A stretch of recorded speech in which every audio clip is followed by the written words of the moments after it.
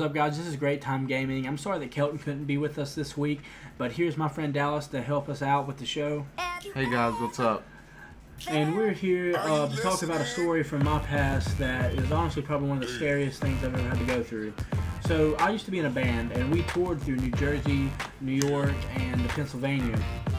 Well, it was last summer, and whenever we went up there, it was all great. My buddy Joe, he bought a van to help us with everything, and let me tell you that this van was a $500 van, and everything about that sentence right there should tell you what happened. He seriously did not pay a cent over $500 for it. It was a Chevy Astro, and that thing had some miles on it, but it got us up there and everything. It was great. It was a fun ride, kind of sketchy, honestly. When we left a day beforehand and slept in that van because we didn't think we were going to make it up the, just there, honestly. But, we played the tour and everything was really great, and, we had some great times up there. Well, we left and we were heading back home, and we live in North Carolina. Well, we, crossed the Maryland state line on 95 South, and about that time there was this random car that just, he got our attention from yelling out his window, and he just said that, "Dude, your van is throwing fireballs out the end of it."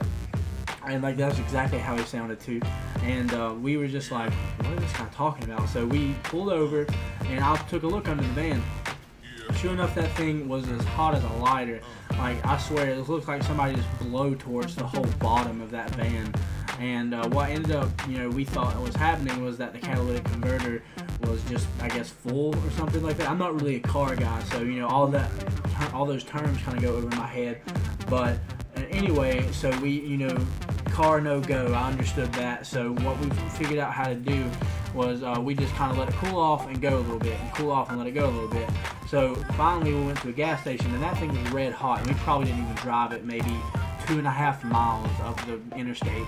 Well, anyway, we ended up just kind of talking over, like, what are we going to do? Do we just sit here and let it cool off overnight and, try to do this all in the morning? Because we were all pretty tired. We were on the road all night.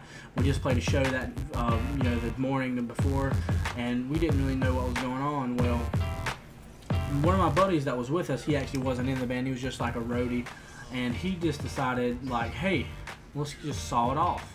We kind of thought about it, and we thought it was a pretty good idea because, we didn't think it would be that hard. Well, we ended up finding a Walmart relatively near us, and then we went there, and he proceeded to go inside, and he bought a handsaw, like probably about a $5 handsaw.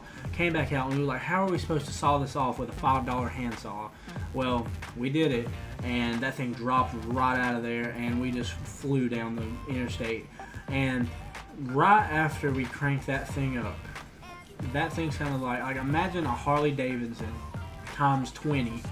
Like, that thing was so loud, like it was deafening. Like, I had some earbuds that kind of helped a little bit, but that thing was way too loud. Well, we got about to Virginia and everything was cool. We didn't really notice anything, and then it just started sounding like somebody poured gas all over us. Like, I'm talking about dumped a few gallons of gas all over that van. And, that kind of alarmed me. I was like, hey guys, what's going on? And, we all just kind of figured that it was something to do with the exhaust just coming straight up through the floor. So the whole rest of the way there back to, North Carolina, we had to roll with all the windows down. Like, I'm talking about every single window was down, and it was a wind tunnel mixed with 1,500 Harley Davidsons in your ear, and it was horrible. Like, the ride back after that was just, I couldn't stand it. But we got back safe, and it was it was definitely a pretty wild experience to have. Us all being 17, 18 years old, and it was a really fun time, I guess, other than pretty much breaking down halfway back. But I have to ask you something, Dallas. What would you have done in this situation? I would have cried. No, what would you have helped anybody, think of a way to get away from that, or would you have just kind of froze up?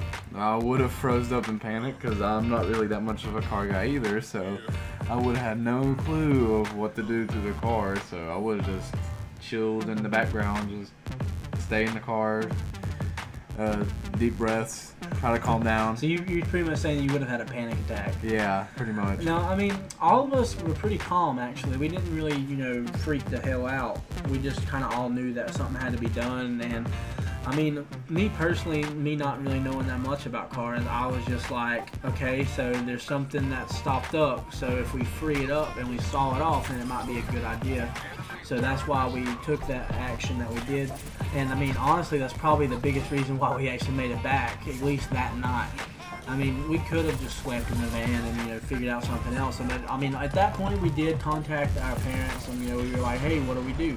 Well, Joe's mom was actually almost the most helpful. Like, she gave us a really good idea that really would have worked if we would have had somebody to been able to actually do it. She was just pretty much saying to get a U-Haul like towing hitch and somebody tow us back to North Carolina. Well, that we were all for that, except for we didn't have anybody that could tow us. And so we were just up chilling in a gas station thinking about all our options, and that's whenever my buddy just said, hey, let's just saw it off. And it worked. It was a pretty good plan, I have to say. I mean, it was pretty ghetto, honestly, because seriously, like, when I say a handsaw, like, that thing was probably the cheapest handsaw I've ever seen in my life, but it sawed through all that metal, and it was pretty great. Well, this is the end of our video, and my friend Dallas here, actually, I wanted to say that he's a YouTuber as well. He's going to start uploading more content, but he used to upload all the time, and his gaming channel, or I'm sorry, not his gaming channel, his channel is called iLikeRandomVids. There's going to be a link in the description below for his channel, and just go and show him some love. I mean, he's a really cool guy. He posts pretty awkward videos. I mean, they're pretty random. Hence the title. Yeah, hence the title. There we go. Well, I hope you guys have a great day, and as always, have a great time gaming. Peace. Doing it right now? Oh yeah. Get around and watch this. Not a lot of people even know. Oh yeah. Pilot of C-130, aka the codename Van.